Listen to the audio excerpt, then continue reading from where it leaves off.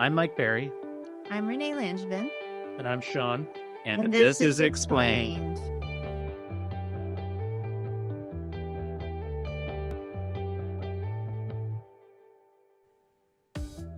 You sure?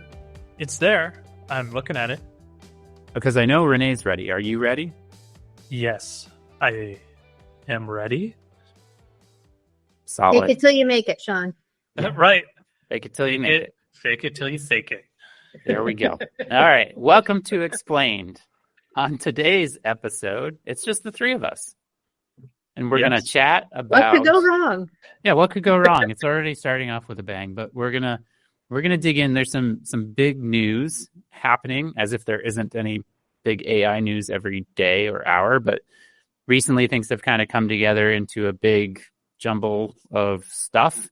We're going to try and unpack that a little bit, ask some questions, kick it around, and see what we discover. But Renee, why don't you start us off with some of the big highlights so that Shaun and I can use our audio learning styles to take this in? Well, sure. I think what's impacting us personally is probably the announcement from Google about opening up Gemini and Notebook LM, which they haven't done Notebook LM yet, in Google Workspace for Education for all ages. And then the other thing is the recent announcement of big tech companies like OpenAI, Anthropic, Microsoft partnering with the American Federation of Teachers to open up a national academy for AI professional development for educators. Well, let's start with the Google stuff. So those are two big things. Yeah, let's start with the Google stuff. That's probably immediately applicable to a lot of Vermont schools and communities. And I think one thing just for folks that may or may not know, it is not an unusual strategy for Google to surprise the field by releasing new things suddenly in awkwardly timed things. Right. Or taking them away suddenly, and also equally awkward timing. Right. Yeah, that is not a new thing. However, when they change the color on Google Calendar, it's not a huge deal. But when they open up Gemini and Notebook LM to students, potentially to students without really communicating or talking with the field at all, that's pretty jarring. I have thousands of concerns, but what pops into your heads? Well, my first concern always is student data privacy. So even though we have student data privacy agreements with Google, and I think a lot of people that use Google Workspace for Education feel pretty safe with it privacy-wise, I don't know that it actually covers Gemini in the same way, or Notebook LM. So that was my first ooh. One of the things off of that I've been reading is there's this comparison to other, and I'm not going to name them, but other AI tools for schools. And one of the things that Google has yet to say that they're going to have along with that data privacy is some sort of management or monitoring ability of student use within those. At the admin level, it's possible, but it's not super good or easy to use. So there's data privacy, and then there's safety built in there as well, and the inability of schools to monitor kind of what's going on. Right. Yeah. So what Google is putting out, as I understand it, is they're saying we have basically almost a special Gemini language model. Like they say it's 2.5 Pro or whatever, but it uses a Learn LM, which I assume means language model. That's supposedly, safer. And like you're saying, the admin can evidently an admin can check on chats, supposedly, from what we understand right now, but that not like other AI services where you can see exactly what a particular, like the teacher can check and see what's going on in real time when they're using a chatbot. And I think that's something people really want to do. So I'm surprised they have not discussed that. Can I ask a question? So prior to this happening, there was another jarring incident around data privacy with Google. I'm not saying it's a bad thing, but it was jarring when they made this distinction between Google additional services and Google workspace stuff. So for the audience, there was a list of things that included things like YouTube, Google Maps, bookmark bar, all these additional things that I think for a long time the assumption was under the umbrella of the Google workspace and thus carried the same privacy considerations and everything else. Google suddenly announced that those were additional services and required their own permissions, which is fine. And I'm like supportive of the transparency and getting permissions and all of those things. But it came at a super, super awkward time. Unless you look back on it and see that this was part of what's happening now, where they're releasing all of these other products, and opening it up to students and everything. To me, when I look back on it now, it feels like they were organizing the house, reorganizing it in preparation for some of these other releases, and still not explaining it in a way that's accessible at all to anyone. So how are you going to fix it, Renee? Tell us what to do. Yeah, right. Well, what do we... I just wanted to share something about this. So I was talking to someone who is an AI governance specialist in Spain. And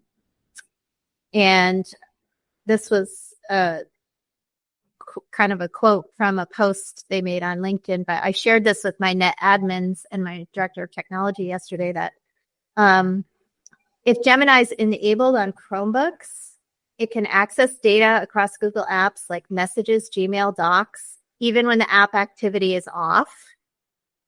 And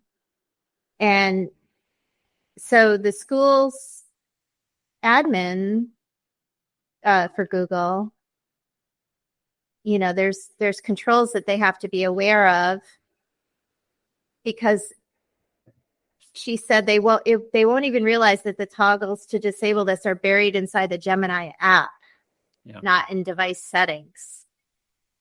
And it's difficult to turn off. So I sent that to them yesterday and got an email back saying they've blocked it right now for students, which I think is the right move, because we need to have a conversation about this, and we're on summer break right now. So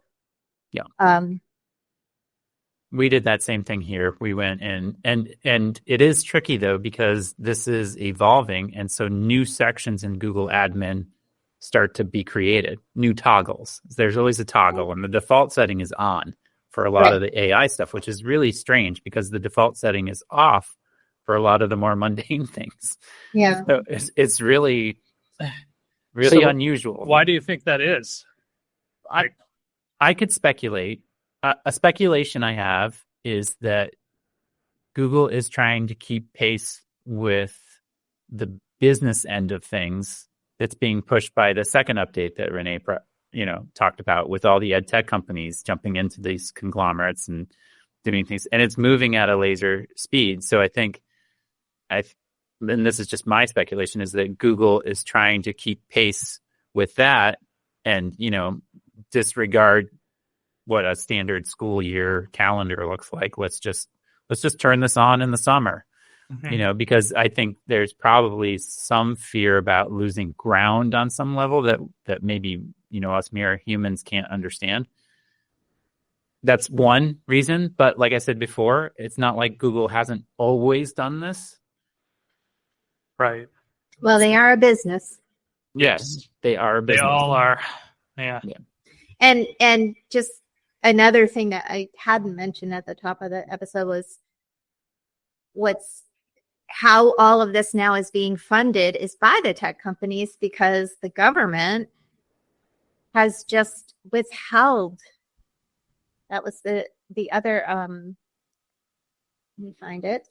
So we have a White House pledge to America's youth for AI, where over 60 tech organizations have signed on, like Google is one of them, IBM, Meta, Microsoft, OpenAI, to make AI accessible to all students. But yet the Trump administration has recently withheld billions of education dollars, and part of that funding goes to teacher training initiatives.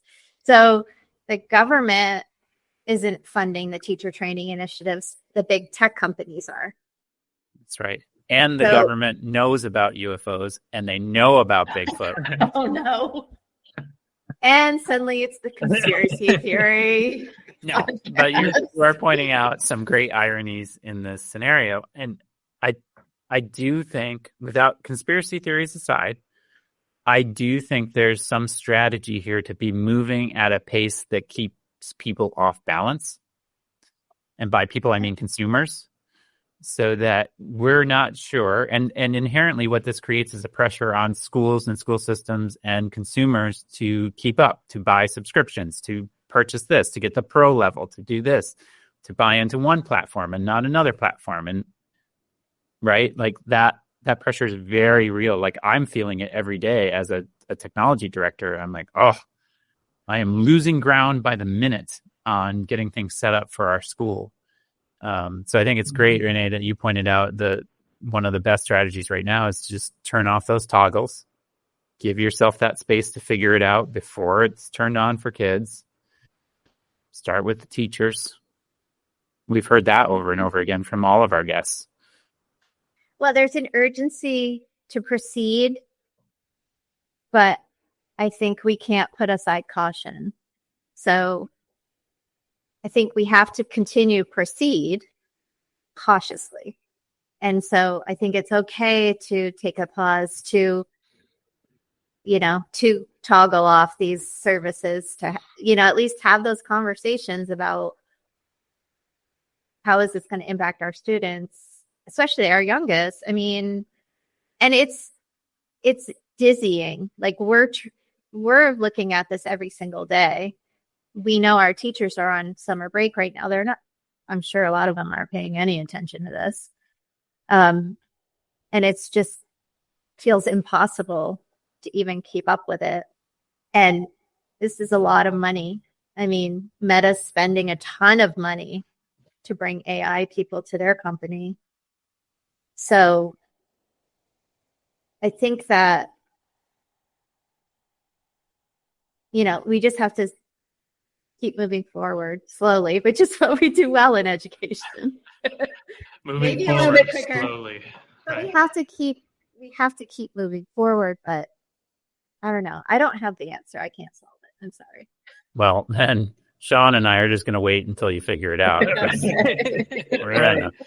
think, I can speak from an administration standpoint that this is really scary, and I feel a weight of responsibility in doing it right. And automatically I feel like I'm failing, because there's just like, where do you start? And like you said, education moves traditionally very slow in change, particularly around technology.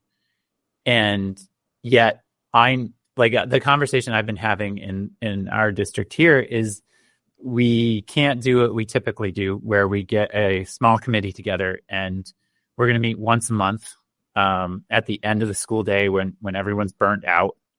But I'll have cookies and, that'll make it better. And we're going to wordsmith a policy document for the next 6 months. And we probably won't get it done before the end of the school year. And then summer will come and we'll have to start over again. We can't do that model of responding to this at all. That's exactly what we did this past year. Yeah, and it's nobody's fault. It's what we've been conditioned to do. Mm-hmm. And in this case, that with the pace that this is moving, we absolutely cannot do that. No, the landscape changes every day. And we know from the Vermont, the AOE tech survey, the ed tech survey, that only 9% of our school districts even have a policy or guideline document in place. Right. Which I don't think that's the most important thing, but that leaves you flying blind. Right. Because if you don't have that, you're clearly not even having the conversation about it. Right.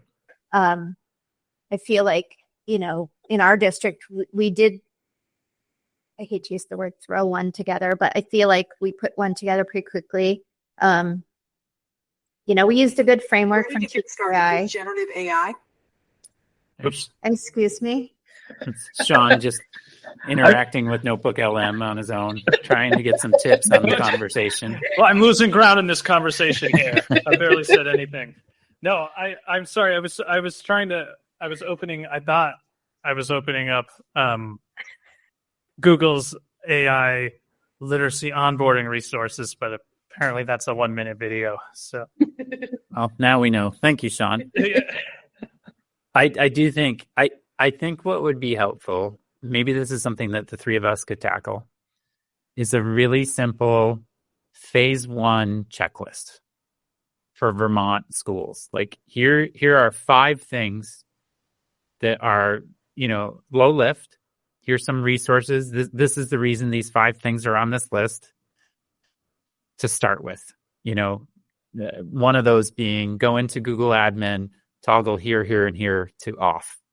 Then you can at least know that you're set there, and you can tell your community, look, we've turned this off until we're ready to do this. Next is here's some policy guidance.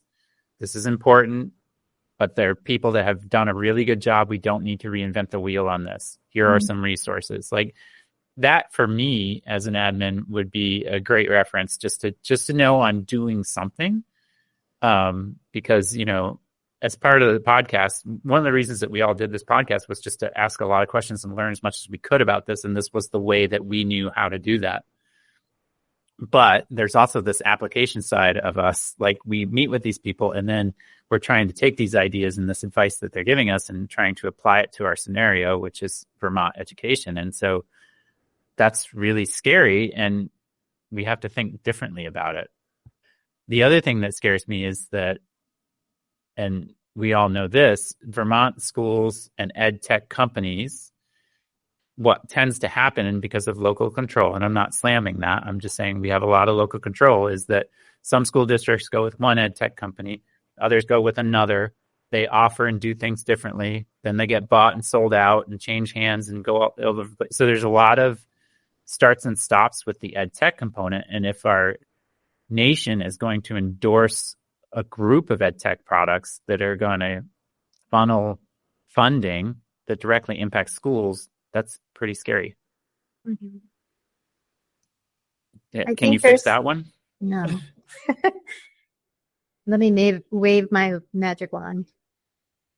I think too, there's this,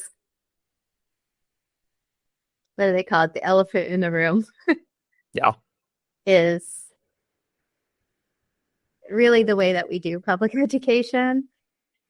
And this is something that doesn't fit, and it never has. Ed tech, I would say overall, the integration of ed tech into education has not been successful. Right. And not uniformly successful. No. And part of it is just, we made a shift from, there was a content expert who taught about technology to integration in a classroom without anybody really understanding what that meant. Because Shaun and I have seen that as tech integrationists. Like nobody really understands what we do or what it's supposed to look like or how it works.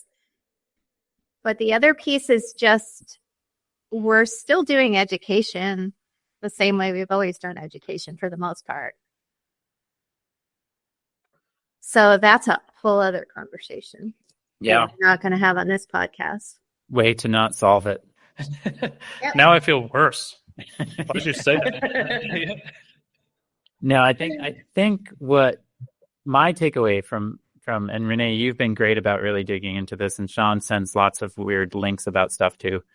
But my Thanks, Mike. takeaway, yeah, you're welcome. It's kind of, we've seen this trend before in ed tech. So like when benchmark assessments came along, suddenly there were all these companies that were going to do benchmark assessments, and then data became really important to schools, and data literacy and data decision making and all of these things.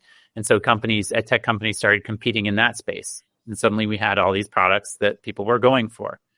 And then we always have an SIS battle going on, to update our SIS platforms. And then we had behavior reporting platforms that came along, and or apps, analytics. Yeah, that we're going to do all these things for us. So we've seen this trend before.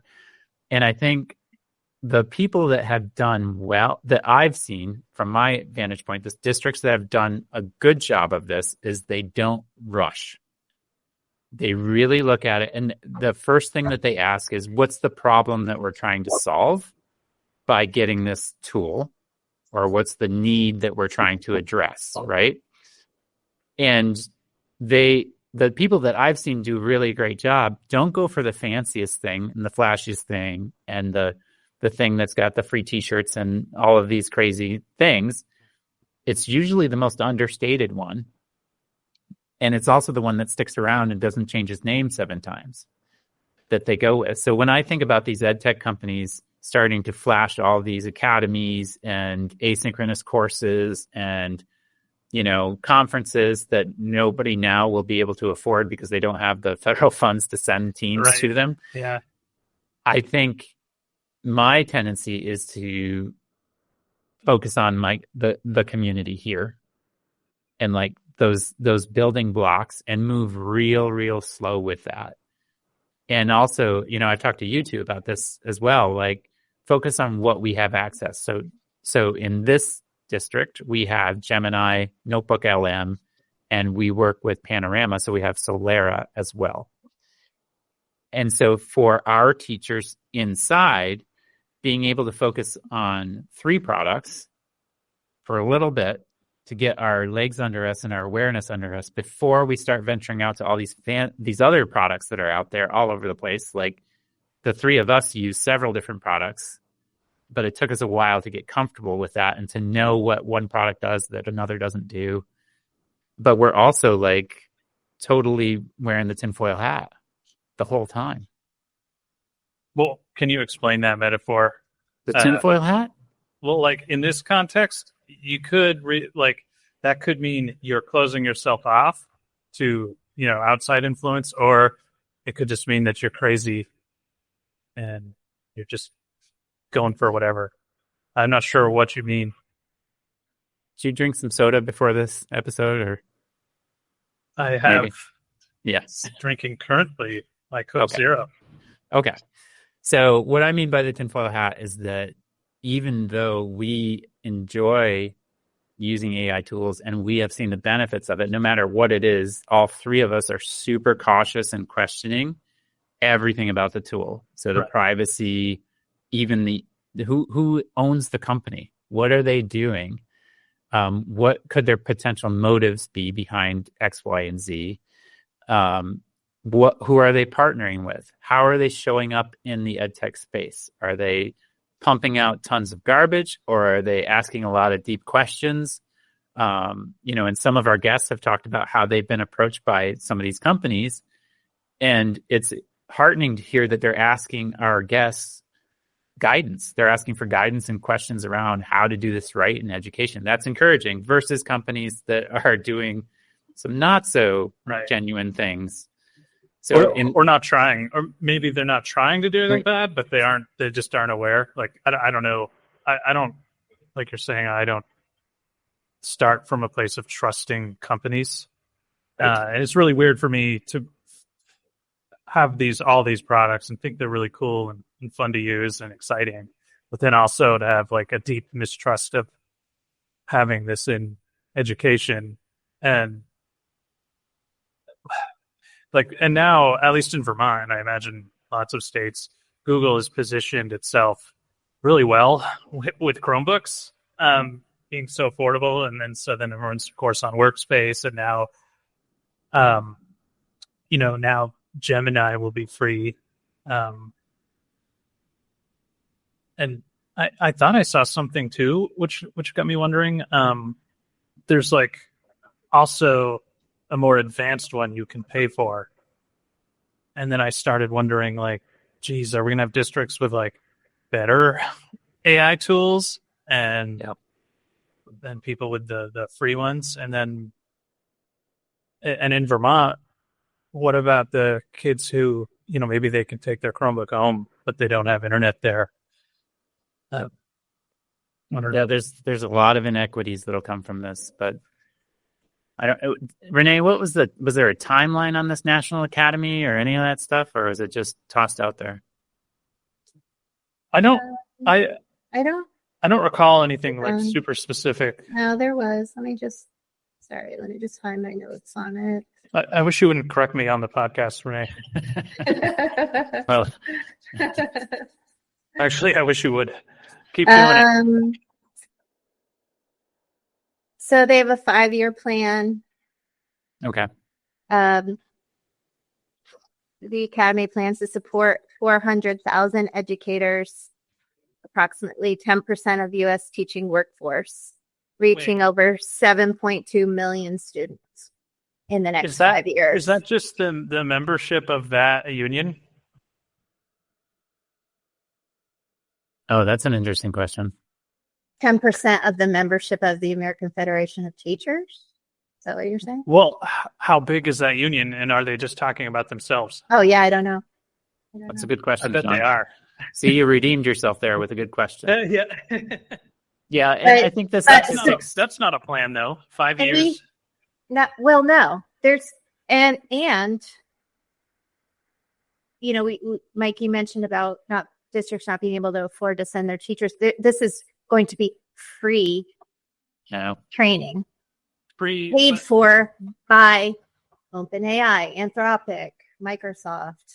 Yeah. So it's worth mentioning that Google is not part of that announcement. Google is not a part of this. Yeah. Right. Well, Google will have they already have rolled out some trainings and asynchronous stuff. And like, have you gone to like just the Google Classroom page? Yeah. It's like the first thing you'll see is like they have a 2-hour, Gemini training. And then they have like a Gemini button now, which I think has been there for a little bit. And then all the like different things you can do, make a lesson plan, make a quiz. And at the bottom, it's got like a Notebook LM button and a, Gem, which is their custom chatbots. Well, I go back to what in your face we've heard from several guests. Like, I think it was Victoria was the most recent one that said something like this, that our kids are going to learn how to use AI. Our job is to teach them how to ask really good questions. Right? Mm-hmm. And so, like, I think about those buttons and those conveniences and all of those integrations, and that's a thing. But I think my worry is that, and you two experience this as well, is like when that stuff shows up, sometimes teachers get sucked into it, not in a good way. That's what I'm worried about. Yeah, they start going down the wrong path. And then when we work with them as tech integrationists or as coaches or whatever we're doing, we have to backtrack them out of that because they were released to the wild too early. And they didn't have the tools that they needed to really navigate that. And that's my concern. And it's all coming out over the summer. So it's like... Mm-hmm. So, for example, I think Victoria would have said this too, like they aren't aware of the bias, like even just the what's cognitive bias, I think is what she would say.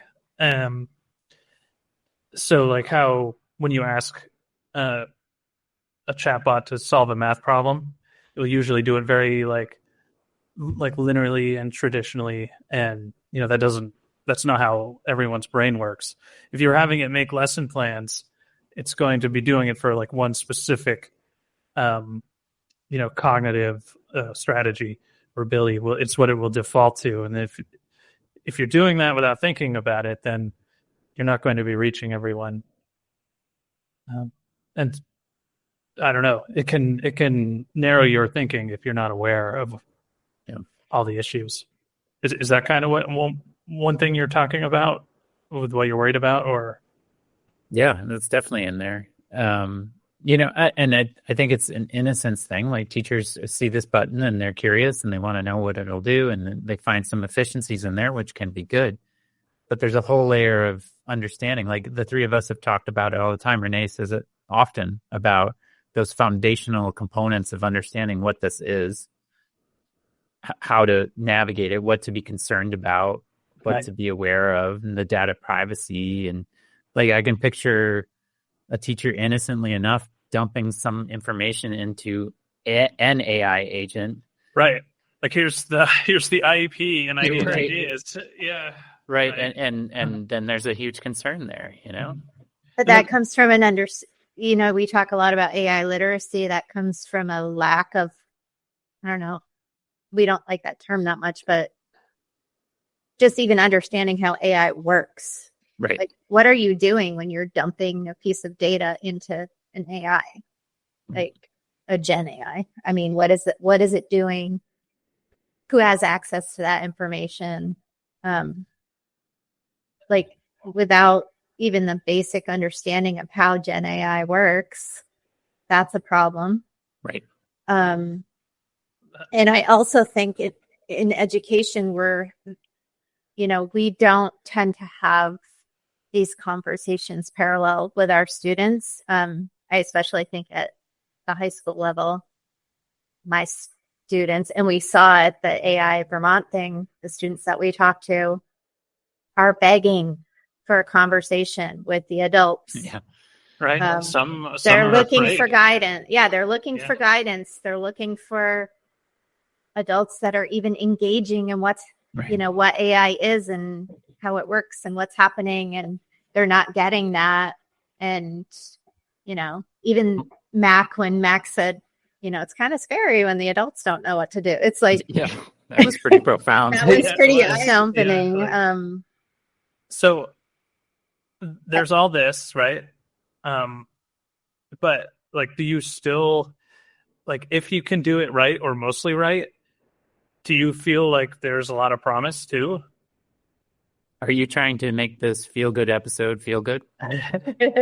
Well, no, I'm just like, so I just know personally, like, when I have used it, knowing all the flaws, and then I use it as a thought partner for whatever, like, I have learned stuff using Gen AI that would have been a lot harder for me to do if I'm just like looking for YouTube videos and then watching those, and where I can go step by step.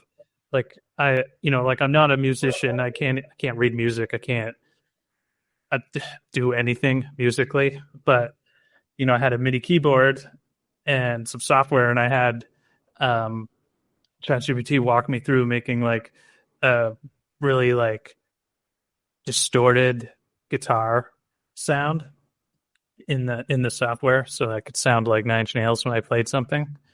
And that would have been a lot harder to do without this Gen AI. Like, just it was fast and it worked. And what a great example, of like impacting society. Just really great. No, that just was top of mind because I recently did it. Yeah. But you can cut this whole part out. How about that? No, I'm going to leave it because I think I know what you're saying. What you're saying is you wouldn't have gotten there on your own at the pace that you got there.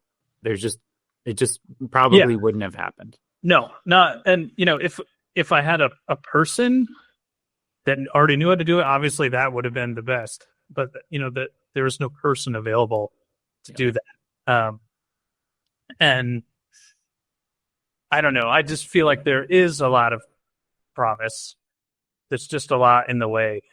I think there's some huge things in that could be coming from this. I think translation services for schools is going to be huge. Yeah. It's going to solve major issues with communication to our community, for language learners, for all of those things. I think that's going to be huge.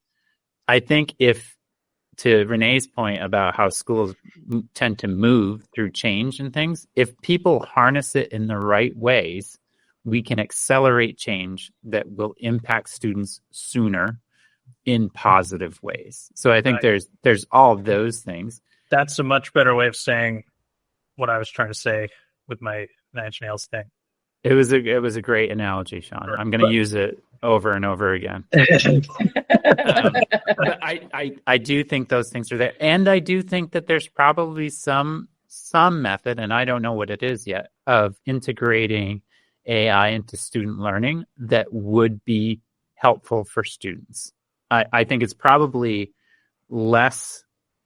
I think it's probably a subtle component, but thinking about intervention students and students that need, I think there's a way that we can accelerate intervention response for students that need ELA or math supports or any academics. I think there is that. The worry for me is that it gets caught up in ed tech, commerce, and all of that, versus like one of the reasons I like Notebook LM so much is that I can dump in research and, elements that aren't flashy. And I can say, I have this student who has this challenge, this challenge, this challenge. What's the next learning strategy I need to introduce based on this set of research that I've put in here? So a little more technical and professional use of these tools to address student needs, I think is an area where we're going to see huge benefits. I really, really do. I'm not sure that a lot of schools know about this approach. Right. I feel like, if at the surface level, even if you're paying attention to the news, you're learning about these, the wild, wild west of, right. Claude and OpenAI and, or Brisk. Or Brisk.